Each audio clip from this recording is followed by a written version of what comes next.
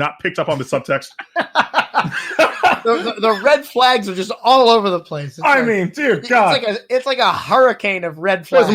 There's more red flags here than a Soviet military parade. I mean, Jesus Christ. But the real flex on the people of Canada, just to show normal people that they don't live in the world of 10 years ago, to show you, dear listener, that everything you thought was normal does not matter, and you are at the mercy of a vociferous minority, was they tried to host an event.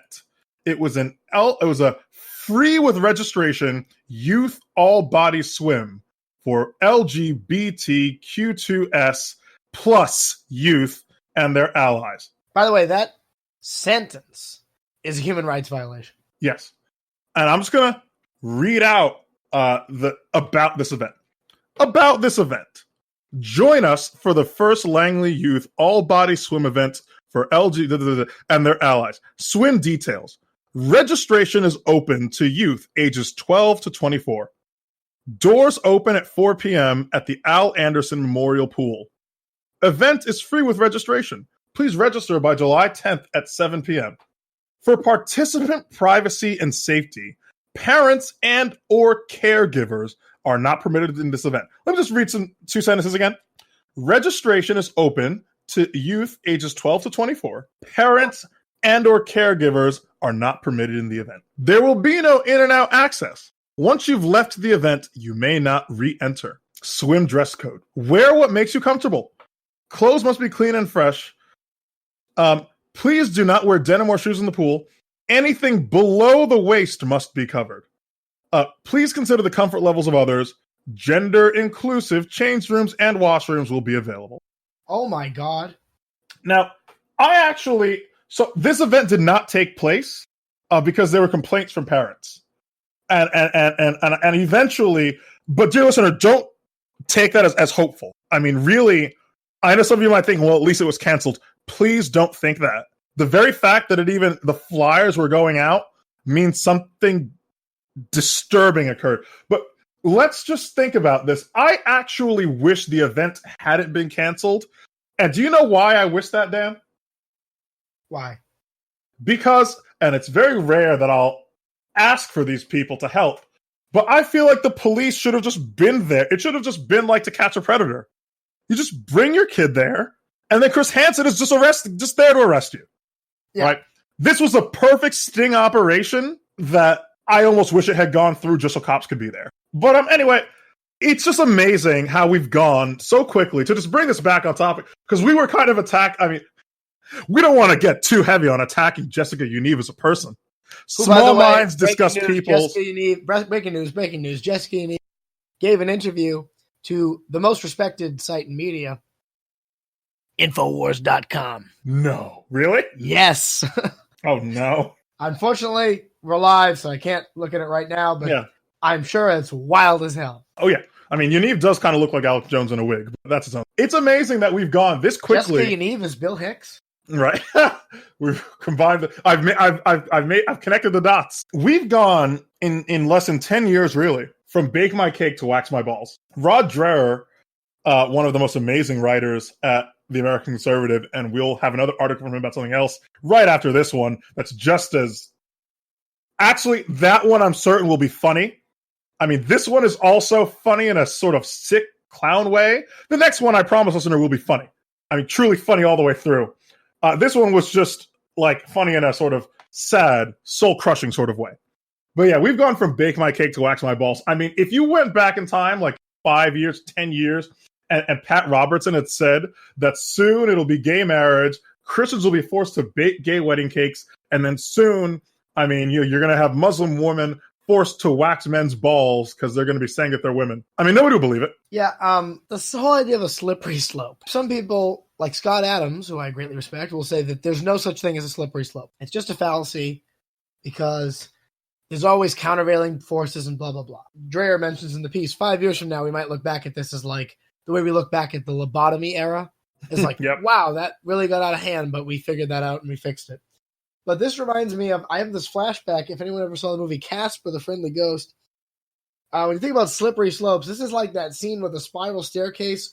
All the staircase treads fold down and it becomes a terrifyingly fast slide and that shoots you into the basement of this haunted house.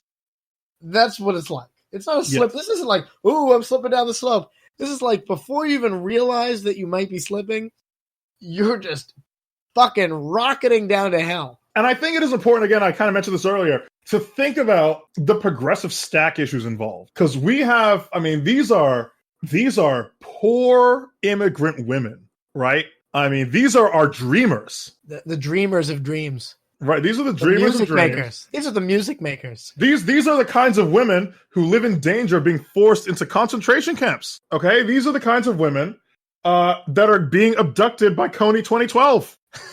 I mean, these are the people. Did we stop him? Right, these are the people. Wait a minute. Did we stop Coney? Did we stop Coney? Right? I mean, these are the women who, these are the sorts of immigrants that designed the Saturn rocket that brought us to the moon. Okay? And also didn't because NASA's racist. I mean, these women are, I'm repeatedly informed, the best of us. They were the best of us, Marcel. Right? If you don't like these women, you are un-American or un-Canadian, as the case may be. But apparently, that doesn't matter. This is the classic case, by the way, of affirmative action. It's been proven that the number one beneficiary of affirmative action policies is what? Who? Can you name it? Do you know? White males, I'm guessing? Is white females, of course. Oh, white females, yes. Okay, yeah. Of course. And in this case, this guy, sorry, excuse me. I did not mean to be transphobic. I'm sorry, everyone. Forgive me, please.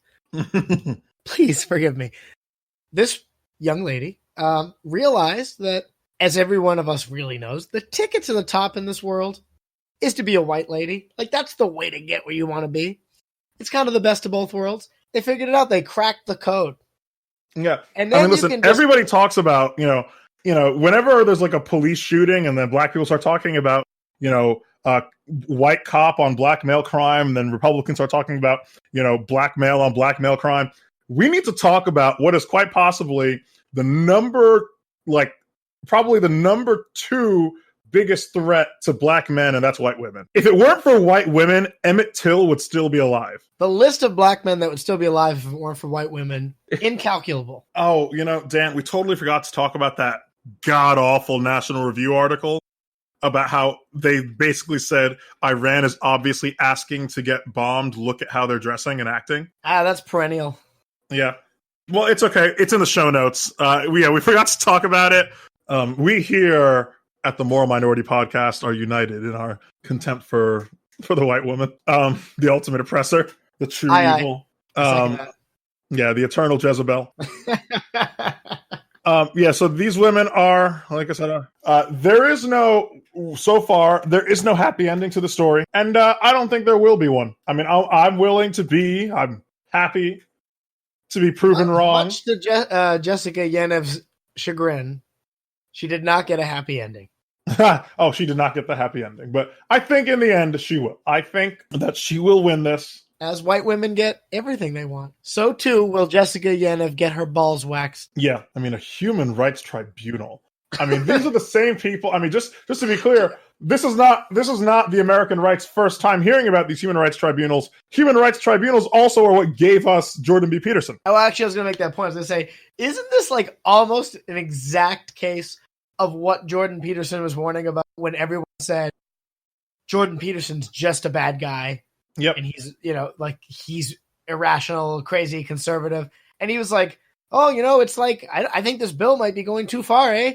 Turns out maybe he was right on that one. Yep. Because if he had said in 5 years or in 2 years or at this point it's like 3 years, it's less than 5. If he had said in less than 5 years, men will be people will be brought before this human rights tribunal.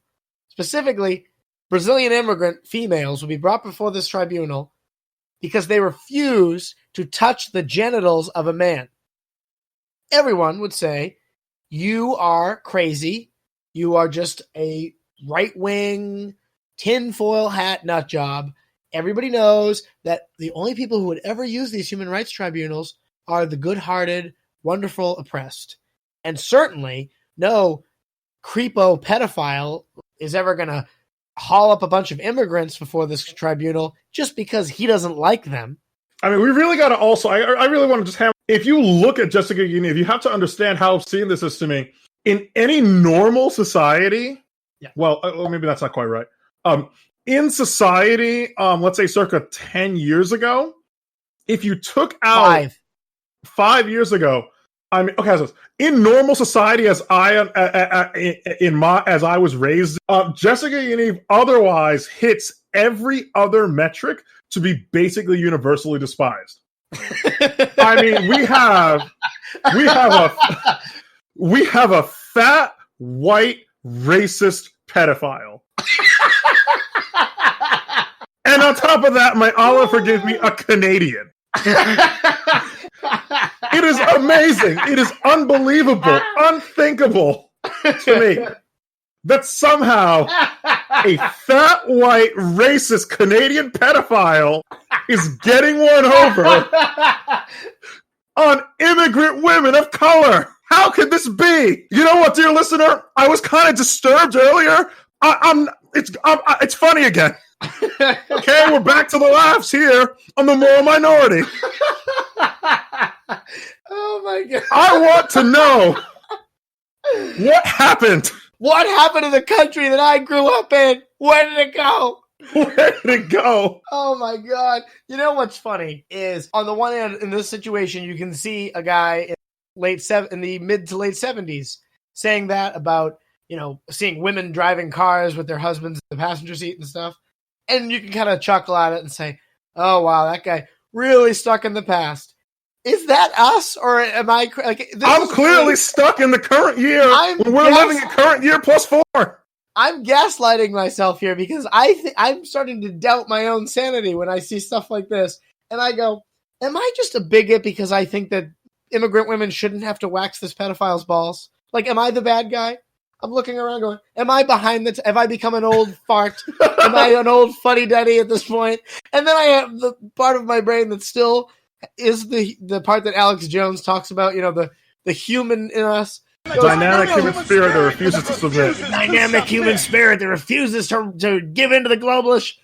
He goes, no, I think you're right that immigrant lady shouldn't have to wax that pedophile's balls. And then I go, I don't know. I don't know anymore. I feel like I'm taking crazy pills. I really do. I mean, I think if I wasn't able to laugh at this story, I think I could seriously rip out a fist-sized patch of my own hair off the top of my head right now. Because at first when I had said this, I was thinking to myself, really, like, how long has it been where being a fat white racist really puts you at the bottom of the totem pole? Fat white racist Canadian pedophile. Right, yeah. But I was thinking, like, maybe the racism might not have done him in earlier. Maybe being fat white not have done him in. Maybe being white might not have.